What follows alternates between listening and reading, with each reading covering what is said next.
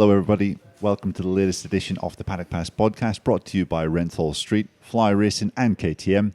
We're here to discuss the aftermath of a pretty dramatic day at the Misano World Circuit for the Emilia-Romagna Grand Prix. We all had a sense of deja vu coming into this weekend, but goodness me, were we entertained.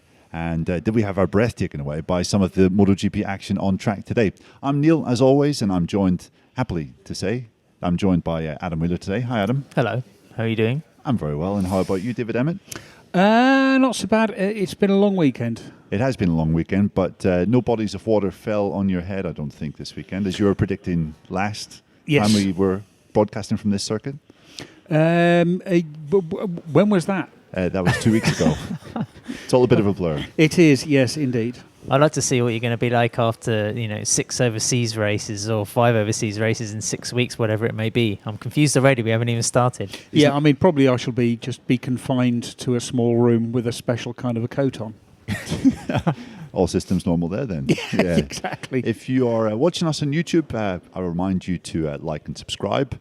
And of course, we would like to thank our Patreon subscribers, as always, for helping us to keep this podcast on the road. It is time to remind you that there are only several days left remaining of our Patreon competition.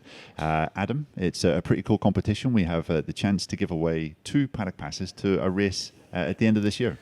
There's not that many choices left. And as you say, Neil, there's only a couple of days left. And if you want to join up, then you're not only going to get access to that competition, but loads of lovely extra content as well. Dave, you've been busy this weekend recording some exclusive stuff that we're going to have on the podcast in the coming weeks.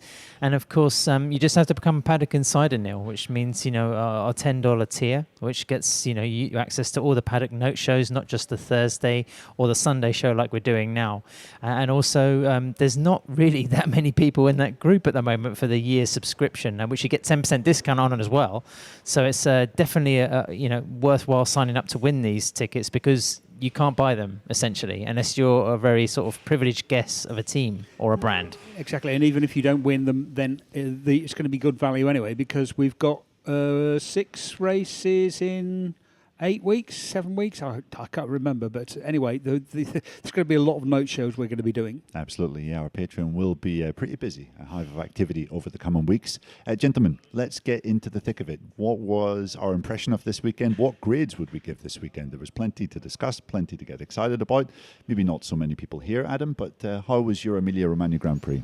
I'm going to give it an 8 because there wasn't that many people here, so you didn't have this feeling of congestion. And, as I get older, I'm sharing more and more the feeling that, my dear friend over here retains. Which Welcome to my world. Yes, and public generally tends to be irritating. I'm being very cynical now. I thought it was fantastic action. Moto3, to be honest, it felt more deja vu of the last Grand Prix than any other moment this season. And I was kind of like, listen, lads, just hurry up and get to 2 laps to go already. But that was the first sort of great taster, like it was 2 weeks ago, in terms of finale. And then Moto2, I think, was maybe the best race I've seen in that category. A much maligned category, it has to be said, but it really served up the entertainment today, and of riders that were really on the limits of what they could do, adhesion, grip, possibilities. It was thrilling. And then, of course, MotoGP, as we'll get into during this podcast, had some great value as well. So that, coupled with some stable weather after the horrendous conditions that we found when we arrived here on Wednesday and Thursday, a solid 8. Dave, are you in agreement? I am going to be slightly harsher than Adam, because I usually am. I'm going to give it a 7 because the sprint race yesterday was awful. But today's race was absolutely fantastic. So it sort of balances each other out.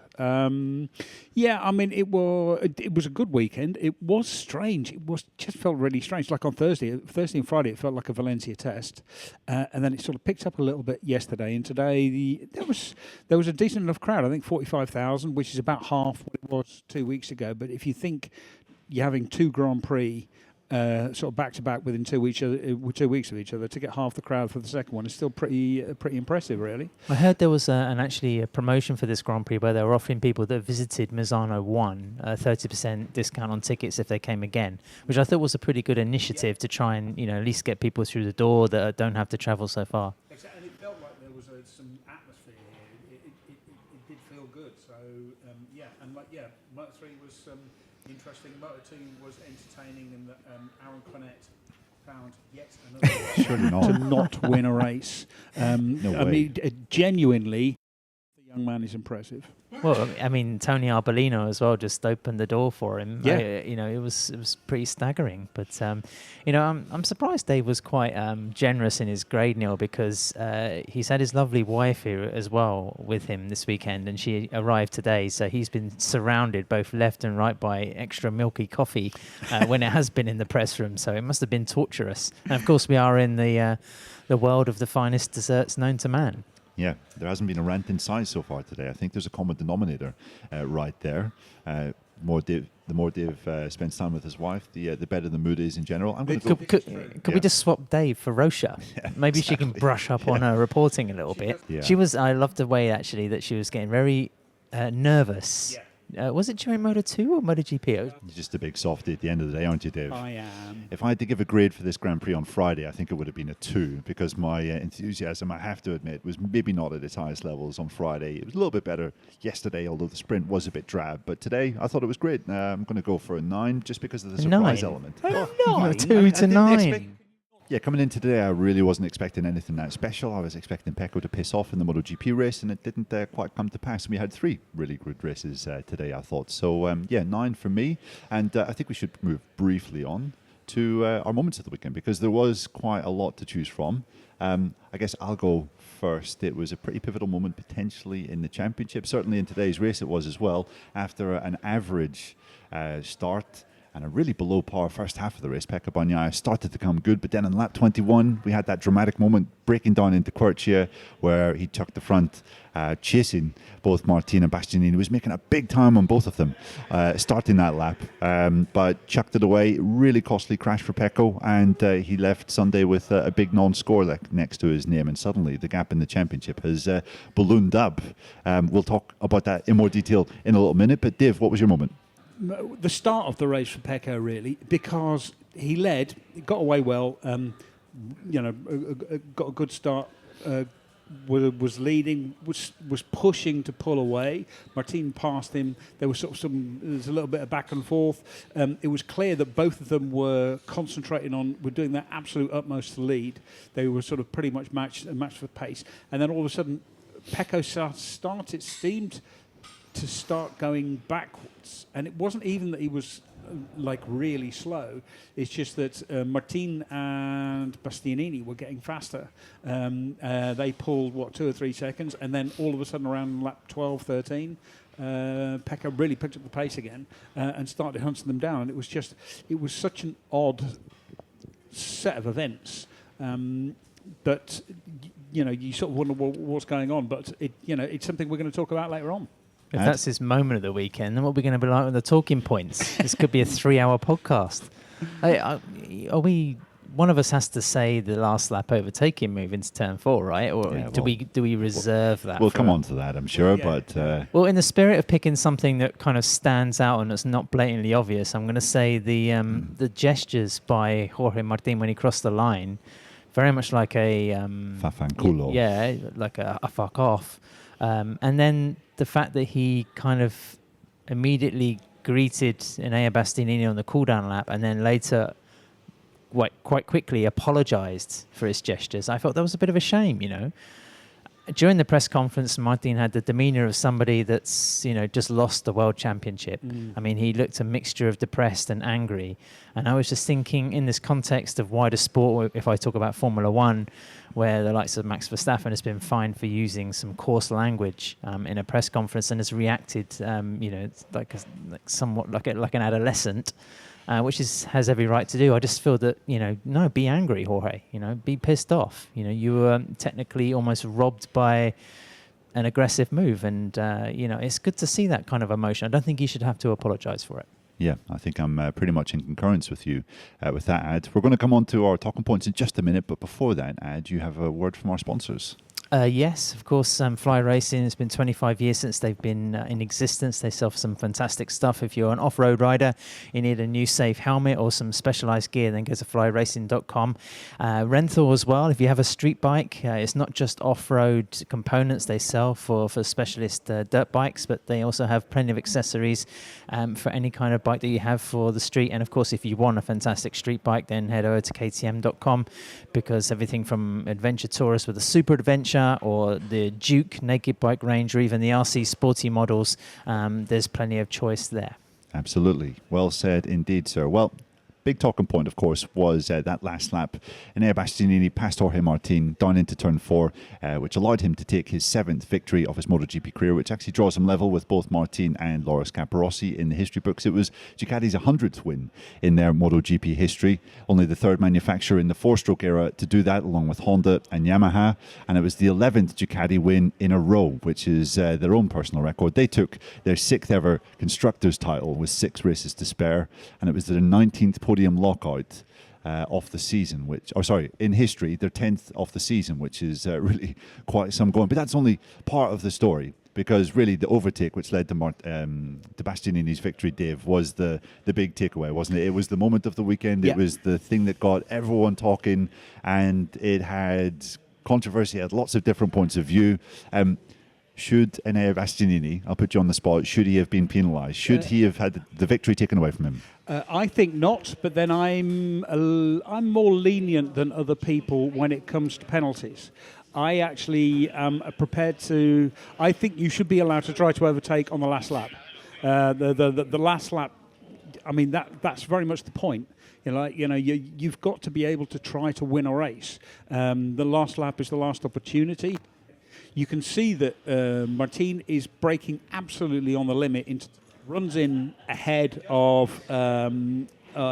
Martin, and Martin tries to turn in, but then Bastianini is there. Bastianini by that point is ahead. They sort of touch, and Bastianini. Martin has to stand the bike up, and he runs off wide. Bastianini then also runs off wide. He just touches the green, goes just off the outside edge of the curb, and then comes back again. He seems to look back as well, and so the discussion then comes certainly the discussion amongst the riders was Bastianini ran off track, so he should be given a penalty. Or at least have to give up the position again. He exceeded track limits, so to speak. It wasn't, I think Miguel Oliveira pointed out to in his media debrief, there was no green zone there. There was no track limit touching. And I think Bastianini, it was marginal, right? Yeah, it wasn't like he was miles off. Yeah, no, exactly. No, I mean, he literally just ran off the edge. It wasn't big or wide at all. So I really think, for me, I want that kind of a move to be legal. It was interesting that Marc Marquez said he should have got a penalty, or he should have had to give the position back again, because he ran wide. Luke Marini was interested. He said, "Don't really care. Just as long as we know what's allowed and what's not. I just want consistency." But it seemed the majority of the riders thought it was normal. I mean, that was also one of the words that was used. I wouldn't say the majority. I would say it was split. There maybe was a majority, but the majority might be, sort of like 51-49 rather than.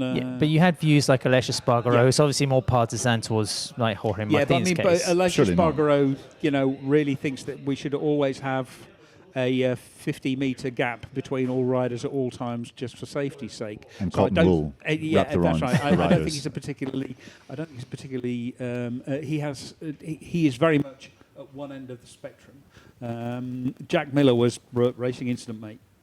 Yeah, I mean, how do you see the view? Can you see what Marquez is saying, that Enea technically did exceed track limits, and do you agree that MotoGP has kind of kept its integrity by allowing the two fastest riders of today to race it out on the final lap? Is that a stupid comment? No, I think it's been dealt with in exactly the right way. And one of our Italian colleagues in the press conference made Marc Marquez smile by referring to it as a Marc Marquez type of move. It was absolutely Marc Marquez. It was absolutely Valentino Rossi. It was exactly the kind of thing that ends up getting 12 trillion plays on YouTube. So yeah, I mean, it was great. It was. Some ego was bruised. Well, my favourite quote post-race was Jorge Martin saying, I didn't say I wasn't happy, with a face that was, Like thunder. like concrete. Yeah. But, sorry to interrupt you, Dave, but I think, if we take it in context of, say, like Supercross, I mean, it was a block pass move. The only thing I do have some doubt about is there was contact. And I think if you have contact in that sort of situation, then it opens the door for more interpretation. Yeah. But again, there was contact, but it wasn't like heavy contact. It wasn't like he properly like barged into him. Yeah, there was rubbing. I think one or two of our Patreon subscribers have mentioned this. There was definitely rubbing, but it wasn't like a massive barge. Jorge did have to pick up basically to avoid some kind of crash. But, Enea didn't really have much other options. And one of the comments that a lot of riders made is this is one of the most difficult tracks on the calendar to overtake on. Yeah. We saw that in yesterday's sprint race where we had, 2 overtakes in basically the entire race. I also think back to 2 years ago when Enea was behind Pecco Bagnaia, trying everywhere. It clearly was faster on the last couple of laps and was trying everywhere to make an overtake stick. Didn't quite manage to do it, so realized on this occasion he would have to be super forceful. And I think it was Simon Crafar that bumped into him just after the race, and he said it is one of the slowest points of the track and therefore one of the safest. If something did go wrong, the consequences aren't going to be incredibly grave or risky. It's not like he made the move at somewhere like Curvoni or turn 13 where you're traveling at over 100 k's per hour. So I think all those kind of things maybe were considered by the stewards when they were making this decision. The contact was initiated by Martin, because it was Martin trying to turn in and Bastianini was there. It's not like Bastianini was riding into Martin, so it was different. It was a perfectly normal move by Martin to try to move in. It's just that he found Bastianini there. It does become more and more difficult to actually follow and pass, and that means you have to take more risks to get past. And the other thing is, I was watching the last few laps, and you could see there was one lap maybe with 3 or 4 to go. Bastianini tried at turn 8, which is where you would normally try to make a pass. But Martin was much stronger down that back straight. He was much stronger out of 6 and into 8. And so he couldn't actually sort of get close enough to make the pass. That would have been a very clean, very safe pass. It was also clear that Bastianini was much, much, much faster in the final sector and in the first sector, in those really tight sectors, because he was running right up the arse of Martin. So it was obviously that was where one of the passes were going to come. So yeah, I mean, it was literally, if he wanted to get past, it was pretty much the only place that he could have got, except maybe turn 4, maybe turn 14. But you'd much rather make a pass at turn 4 than at 14, because if you miss at turn 4, you've got one more chance. The best thing about it, Neil, was just that it was building up, wasn't it? And then it arrived, the move. Fair play to Bastianini for having a go, because there have been a couple of other GPs, like you referenced, here a couple of years ago, also in Sepang, where he's kind of sort of tucked behind. And I was even saying to Dave as we were watching the race, is overtaking actually one of Bastianini's fortes? Because he's shown in the past that perhaps it isn't. But imagine if Martin had crashed today as well. Bagnaia going out, which is another moment we should talk about in a moment. But if I think Martin maybe he started to cool down straight away. That was clear, as I mentioned. But then I think tonight he's going to be looking at the championship table and thinking, actually, that didn't turn out too badly for me. Yeah. I think once the dust is settled, he will realise that this was actually a really valuable weekend, and something that could have been pretty shaky and pretty disastrous at one point actually turned into be one of his stronger weekends of the year. Just to clarify, the fact that he was just outside, a lot of people I've seen online have been commenting, he exceeded track limits, therefore he should be penalised. That was Marc Marquez's point as well. What do you make of that? Would have been a drop one position penalty, wouldn't it? Yeah. But again, I think the last lap predicament almost sort of solves that again, because I think Dorna and the FIM want to safeguard that aspect of the sport, rightly so. Yeah, exactly. And the other thing is, like, it was also, let's say that Bastianini had got underneath completely clean, no contact, and then run wide. It would have been drop one position, because the mistake was to run wide. But there was contact, there was a disturbance, if you like. It was not a completely regular, if you like. It wasn't a completely safe pass. And so Bastianini was disturbed, like his line was disturbed. And he only ran just a fraction wide. So it's not like he was like, like I said, wasn't ramming into the side of it. It wasn't Rossi at Jerez in 2005. No, exactly. Completely but running even off like track. I still think, Team Rossi on that one, so I think it was a perfectly legitimate pass. Same with Marquez on Lorenzo there.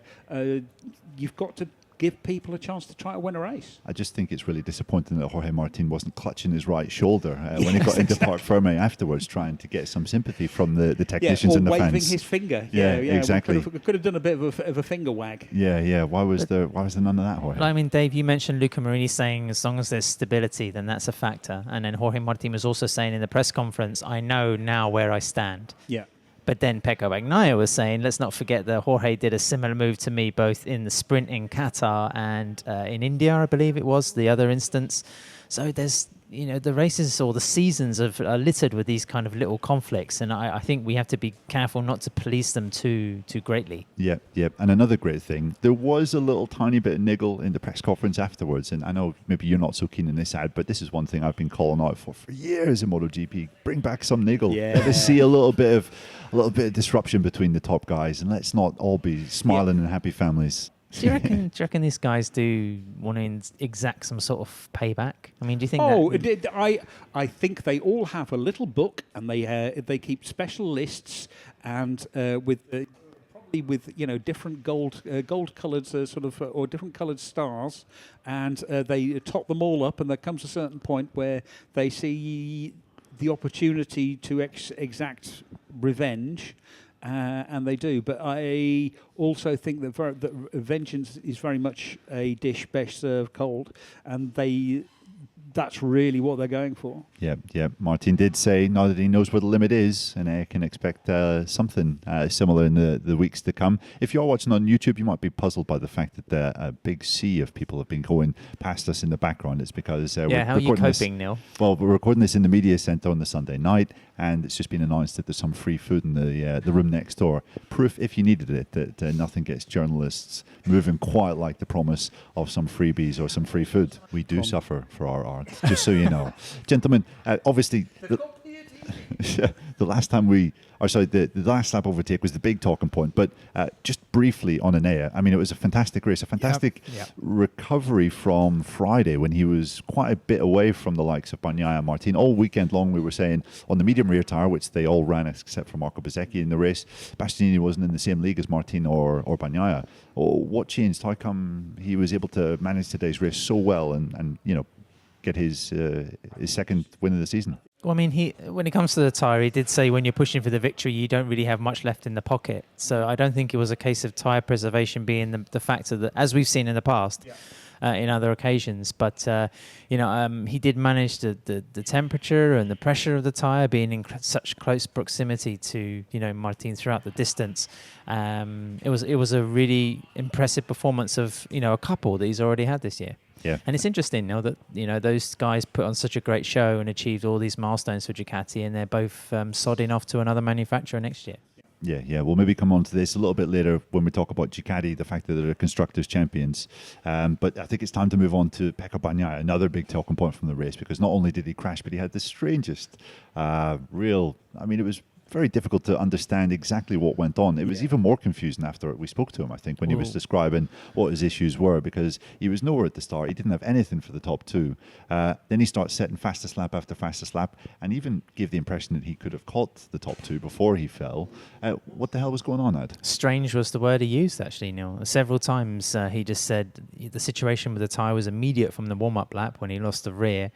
And, people will wonder why he perhaps was pushing over the edge to try and catch Martin and Bastianini ahead of him. But he claimed he was simply running his usual pace. He said the tyre really didn't pick up and work normally until 15 laps into the race. When he crashed into turn 8, which is usually one of the better overtaking spots here at Misano. He said he was at 32 degrees, which he said it's impossible to crash on a MotoGP Michelin slick at 32 degrees. He said he had braked 18 meters ahead than he had done on his fastest lap recorded so far. So he was basically pointing to a situation where he struggles to find an explanation for the accident. But somebody asked him, would you have potentially won? Because I think he closed down a gap that was 2.5 seconds to just over a second, and he said probably. But then if you saw what happened ahead, and I think Martin and Bastianini were also, their times were slipping towards the end of the race, and if Pecco was running anything like the pace he'd been doing throughout the rest of the weekend, he would have been right there. And we've heard a couple of other riders, Brad Binder in the sprint yesterday, saying it took a long time for the tyre to come up to temperature, which he found quite strange. Yeah, there is something that it's interesting that it is always Pecco Bagnaia, or that Pecco Bagnaia seems to have a lot of problems with the Michelin tyres. Now, either Michelin is giving him bad tyres because they want him to lose the championship. That, to me, seems extraordinarily improbable. Or there is something very specific in the way that Pecco rides, in the setup that he's using, in his just sensitivity to tyres. Because the other thing is, the better the rider, the more sensitive they are.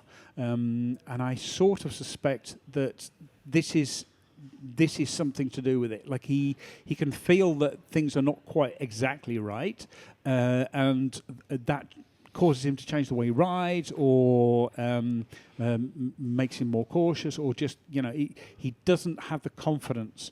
It's also possible he's riding so much on the edge that even the smallest thing can cause him to lose just that little bit of confidence, and will give him make him back off a little bit. Because if you look at his lap times, I think his first couple of laps were sort of 31.3s. They were low 31s, and then he was doing 31.5s, 31.6s, while Martin was doing sort of something similar. And even when he was losing ground, he was about a couple of tenths slower, until Bastianini and Martin really got down to the very low 31s and the high 30s. They got down to that a lot quicker. So I sort of I feel that Bagnaia's sensitivity to tyres is playing a role here, and I also think that lots of other riders were saying that it was actually really it was difficult to get these tyres to work sometimes. The tyres were quite sensitive to temperature. They were either just in, or they were just out of working range. Especially like the left side of the tyre, it was really difficult to get it up to temperature. In the first 5 laps, you had to be patient. When they came in, they were amazing. But because it was so much, it was like 5 or 6 degrees colder, 10 degrees colder in the in track temperature than the last time. That, I think, had a big impact. And there is some in the big voodoo mix that is tyres. That is where it's going wrong. Yeah, a couple of riders had said, I think it was Brad Binder said it took a couple of laps for his tyre to come properly up to temperature to feel it in the sprint yesterday, which meant he was really on the ropes in the first couple of laps. Alex Marquez said something quite interesting. He said the soft that everyone was running in the sprint and the medium that everyone was running Barbasecki in the main race today, the difference between the difference in feel between the two rear tyres was so different, so pronounced, that it really did take a kind of change of mentality almost to try and understand exactly how different they were. Now, we know Pecco is one of the fastest riders in the world. Yeah. He's a double world champion. He should be able to understand these differences immediately. But whether that was just something that caused a little bit of a loss of confidence, I'm not sure. And I did speak to someone from Michelin after the race to ask them what their opinion was. And they said, well, I mean, he did the fastest lap of the race. It was nearly 0.2 of a second faster than what either Bastianini or Martin managed. And they were on another plane compared to the rest of the field. Yeah, but that doesn't explain why he suffered in the beginning. I mean, they must have an explanation for that. But again, this I think it's not. This is I think it's the sensitivity. And again, like after the Moto3 press conference, I had a quick conversation with Colin Fair, and he was saying the same thing. Like even the Pirellis, the Moto3 Pirellis, it was very difficult to actually get them to work. The grip of the track, the Moto3 riders were all saying the grip of the track was terrible. It was awful. MotoGP riders were saying the grip was pretty good. So there is some. I think there is some mixture in this track, these tyres, these conditions, and especially we're running the tyres which were really chosen to be raced at the end of or the beginning of September rather than halfway through and the temperature has dropped a lot in between. This is a continual subject, and you have to feel some sort of sympathy for Michelin. Yep. But then it's also possible for the quantity of tyres they're producing throughout the season that there are just some duff ones.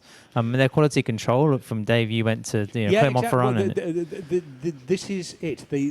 But it's not a duff tyre if you go on to set the fastest lap of the race. Yeah, exactly. It's hardly a duff tyre if you manage to. Jorge Martin the rest of the field. Jorge Martin may say I had a duff tyre in Qatar. Yeah. But it's not clearly that level.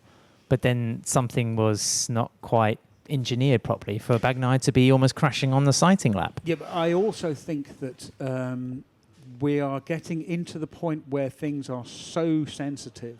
We're so close. Everything is pushing so hard that it gets more and more difficult to actually make the difference. There used to be more margin when it was, like 4 or 5 riders who were clearly ahead, and people were winning by seconds. There was more margin for error, and now we're getting down to the hundredth sort of thing. We've gone from seconds mattering to tenths mattering to hundredths mattering, and that's where it's getting hard.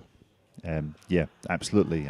Strange one, and maybe we'll only find out what exactly happened when we get to Lombok in a couple of days' time and get to ask Pecco after he's done some detailed analysis, and maybe Michelin will have provided some feedback from their analysis that they've done, because I think they wanted to take a look at Pecco's tyre in quite a specific way, just to understand what had happened. So yeah, I mean, just thinking of a theory, because the way that the tyres are produced, they call it sort of like 3D printing. It's not really 3D printing.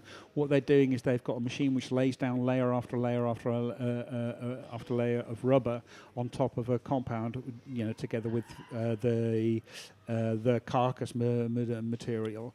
And I mean, I watched the rubber being sort of like temperature controlled throughout the entire process, but maybe there is one section of rubber, one layer of rubber which is not quite or which is a little bit different, and you run off and you rub off the first layer of the rubber, and then you get down to a layer which is slightly different in some absolutely minor way, feels different.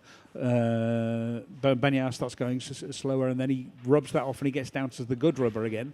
But again, it just seems extremely improbable. It's improbable to go from being fast to slow to incredibly fast again. Is you watching different layers of rubber get laid down on top of one another than you than you rubbing asphalt, whispering to the asphalt? It was a very exciting moment.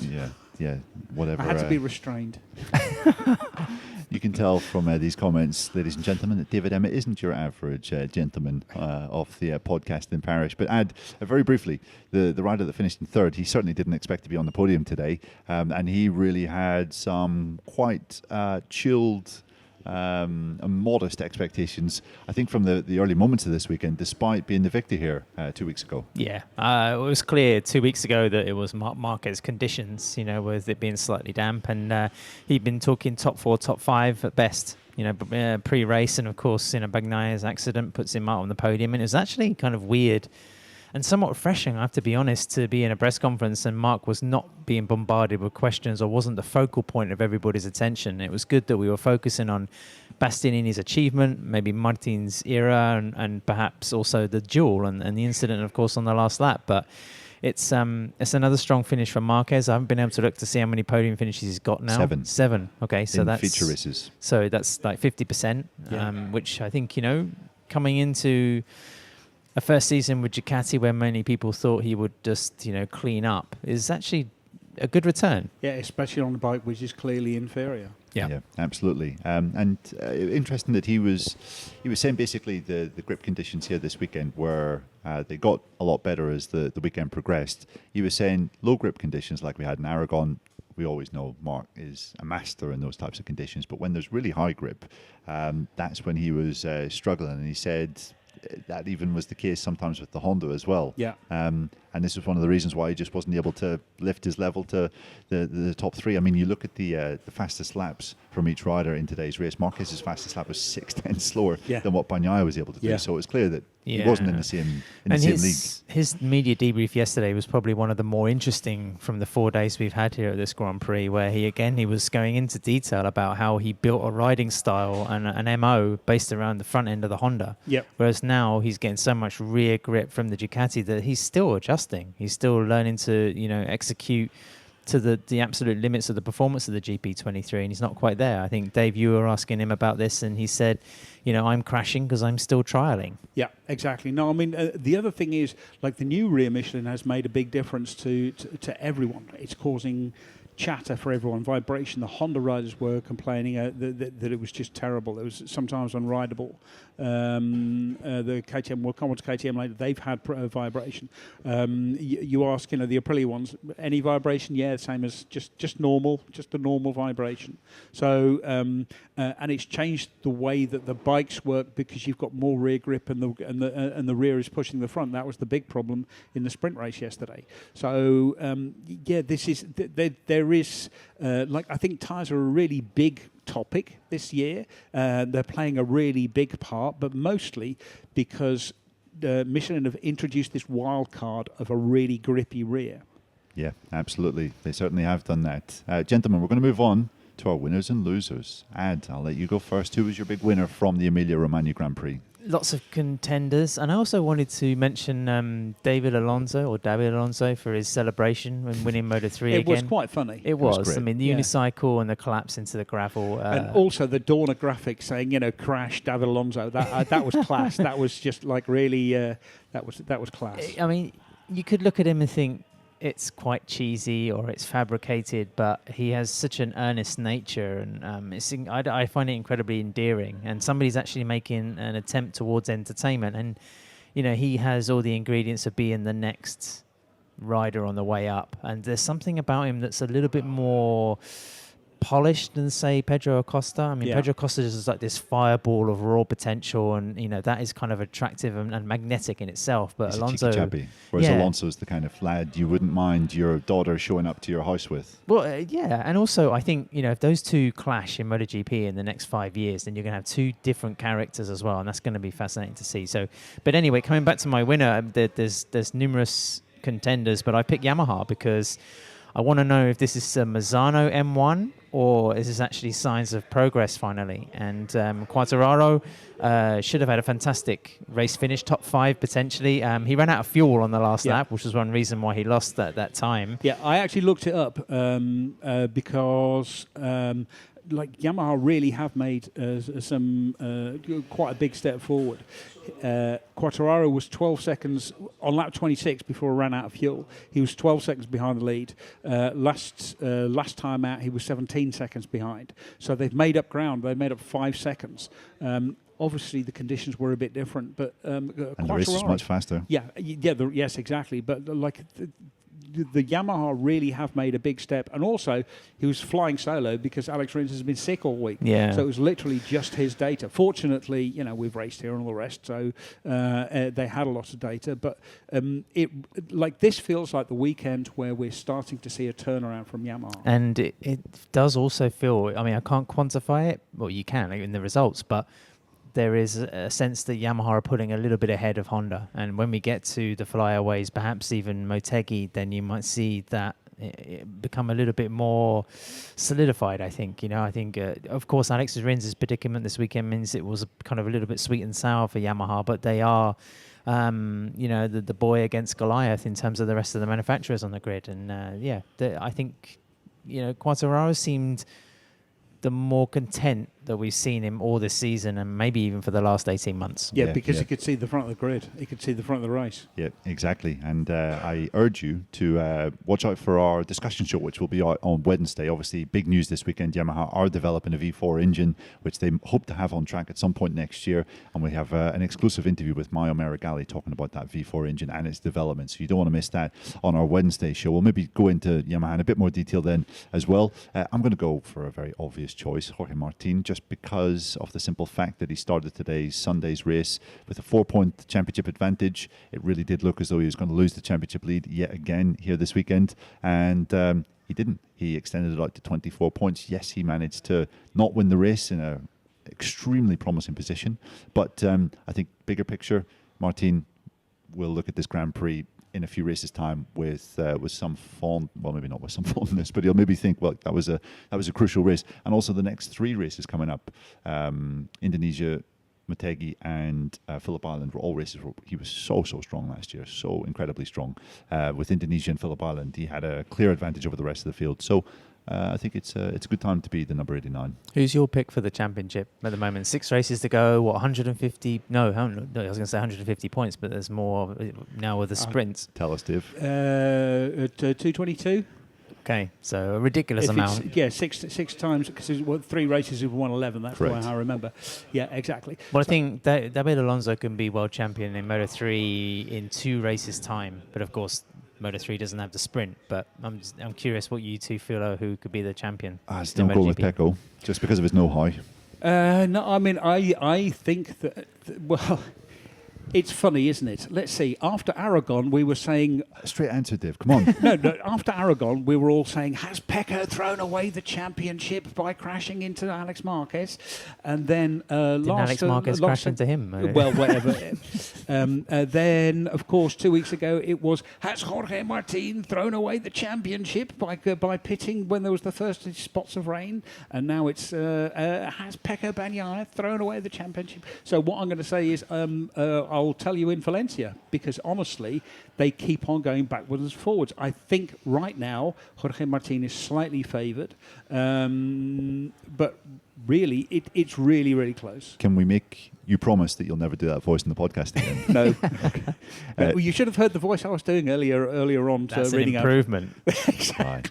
Okay, well, we'll spare our listeners from having to hear From that the vocal one. talents of David Emmett. So go on then, Dave. Apart from our listeners who don't have to listen to you sing, who was your winner? Well, my winner, oddly enough, is the other Japanese manufacturer, because Yamaha made a massive step forward. Fabio Quartararo had a really good weekend. But today, speaking to Luca Marini, speaking to Joan Mir, speaking to Joan Zarco, they were all 3 optimistic for the first time in a very, very long time. They felt the bike will turn. They can actually get through the fast corners feeling good. They were competitive. I was again looking at times from between Misano 1 and Misano 2, and Zarco only Honda to actually finish. He was 1 minute and 2 seconds behind at Misano 1, and he was 38 seconds behind in Misano 2, and Joan Mir was 33 seconds behind. It's still a lot. I don't buy it. Mir said, he lost 6 seconds in the first lap. So, take that away and you're about a second a lap, which is still, the gap is big, but the aero works finally. The aero is actually helping the bike turn. They've got a new swing arm, which is also helping the bike turn. They haven't. I mean, look, they're still miles away from being competitive, but they've solved or not solved a few problems. They've started to solve a few problems. They've got this massive problem, which is grip, which is acceleration. They just can't drive out corners. The bike is fast, but it doesn't get any drive out corners. They've still got got a massive job trying to fix that. But, they can brake into the corners, they can turn into the corners, they can carry speed through corners. So that's already like a huge step. And it felt there was optimism. Like you weren't wanting to take away Joan Mir's shoelaces when you were speaking to him, and that I think is a huge sign already. Yeah, especially compared to the test on Monday after the last GP here, when I think the mood was pretty low in the Honda camp after some updates didn't quite have the desired effect. But good and interesting shot there. I mean, Dave's saying Honda are winners because they're not suicidal. I mean, I don't know about your barometer of success, but that's not very... It's a low bar, in the HRC garage at the moment. But who's your loser? My loser, I'm going to have to say the KTM factory. It was really poor luck for the Austrians. A crash for Pedro Acosta, again, complaining of front tyre issues on turn 16, I think he crashed, or coming 15. out 15, yes, in penultimate corner. And then Brad Binder, he said that he knew he needed to push hard in the first laps to be able to go with the Ducati boys. Maybe that was a perfect case of overreaching ambition, but then he crashed into turn 4. Jack Miller just reached a level of performance. He said he reached a window that he had 2 weeks ago, and that was that. Also suffered with vibration, and the same thing for Augusto Fernandez. KTM didn't score a point, so it's just been a pretty dismal Grand Prix for them. Yeah, but they would have scored points if they hadn't have fallen off. I mean, Pedro and Brad were having a really good race until they fell off. Yeah, with the pace, the pace was there, but yeah. Yeah. Dave, what about you? My loser is the other Honda rider, Taka Nakagami, because Taka is stuck on all the old crap, and it's really slow. The new old crap. Yeah, exactly. And basically, it's quite funny that he's very politely putting the boot into to Honda, saying, for the past year, we've tried all sorts of things, zero progress, nothing works. He's on the old aero because the LCR team only have one set of aero, which Zarco is getting because Zarco is doing a lot of the development work. He also hasn't got the new swing arm, which works for them. He also seems to be on quite an old frame, from what I can see. So my loser is Taka Nakagami because the passport doesn't always help. No. The passport in this case means he's forced to ride the dog. Yeah, poor Taka. And your loser? My loser is Aprilia. Because we previously mentioned Yamaha. I mean, there was some evidence today to suggest that Yamaha is actually closing on the likes of KTM and Aprilia in that sort of fight to be the second manufacturer. It's a good deal more optimistic for them than it was at the start of this year. And it was just another weekend when Aprilia really didn't show a great deal. I mean, Maverick Vinales had a decent ride, to be fair to him, in 6th. Aleix Espargaro in 8th. He said that definitely was more than he expected. But, you just compare the second half of the season to where Aprilia were at the start of the year. Even we were thinking that they could be challengers fighting for victories on a regular basis. Do you remember I don't know if we all said that Maverick Vinales could maybe fight for the championship after his win in Austin, yeah. But that seems an awful long time ago when that was even a sort of a thing that was being discussed.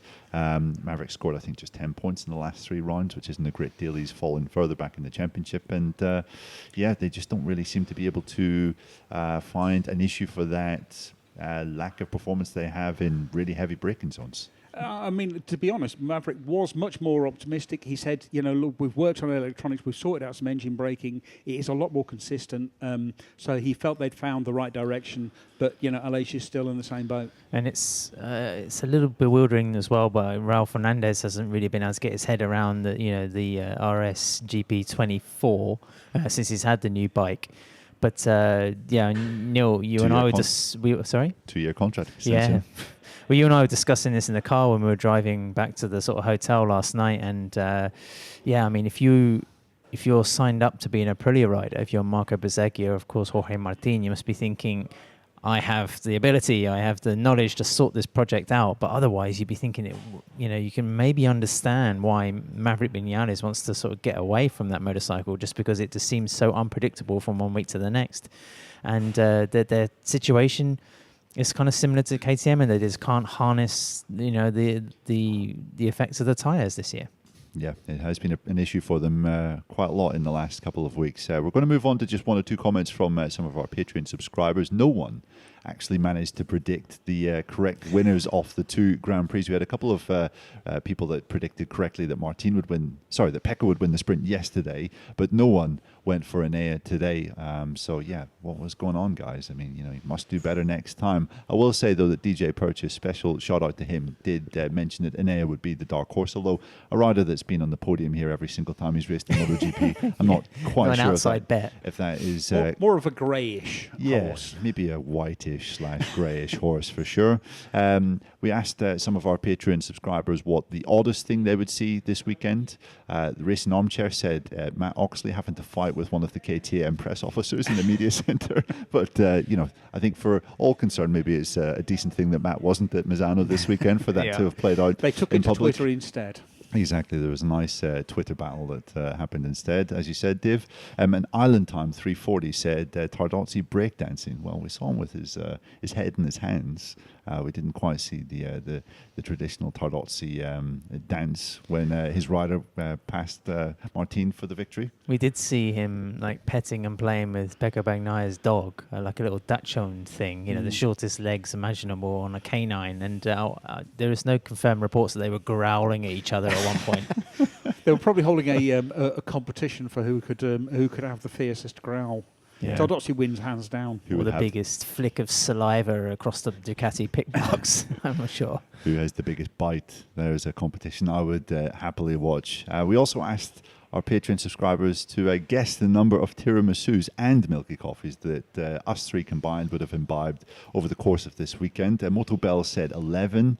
DJ Purchase said 0. David will leave the podcast if any of you consume it. Well, DJ, I think you're vastly exaggerating the pull that David has on Adam and I's dietary habits. What's your count? I've had 2 tiramisu and I've had at least 4 coffees a day. So what's that? 4 coffees a day. Goodness. So 4 times 4. I mean, are we counting Thursday? 16, yeah. 16 coffees. Plus 2. Plus 4 coffees. No tiramisus. So disappointing effort, I would say. Yeah. But still tonight. There is still tonight. The night is still young. You can have a 3-course tiramisu meal. Well, Neil and I did arrive to my hire car last night to find a flyer for a strip joint down in Misano. So, there's always there's other inventive ways you can use tiramisu day. There certainly is. You can send it back to the kitchen and ask them to throw it away for you. Do they have a coffee machine? No, that's going to be the crucial decider on whether I attend or not. Everyone, thanks very much for joining us once again for an edition of, or the latest edition of the Paddock Pass podcast. We've been delighted to bring you our reaction show from the Emilia-Romagna Grand Prix. Stick around because we're going to be back on Wednesday with our discussion show. As I mentioned before, we'll have an interview with Maya Marigali on Yamaha's new development direction for the future, as well as taking some of your listeners' questions and answering them on the show. A quick reminder that if you haven't already, sign up on patreon.com/Paddock Pass podcast. Become an annual Paddock Insider to be entered into a draw to win 2 Paddock Pass tickets for a Grand Prix of your choice between now and the end of the year. You can't buy these Paddock Passes, so it's a fantastic opportunity to have the chance to get into the paddock and see the kind of inner workings of the paddock and know how everything goes on. Maybe even get an autograph or 2, not just from me, but from one of the riders of your choice. Gentlemen, thanks very much for joining for another show, and we'll be back again on Wednesday.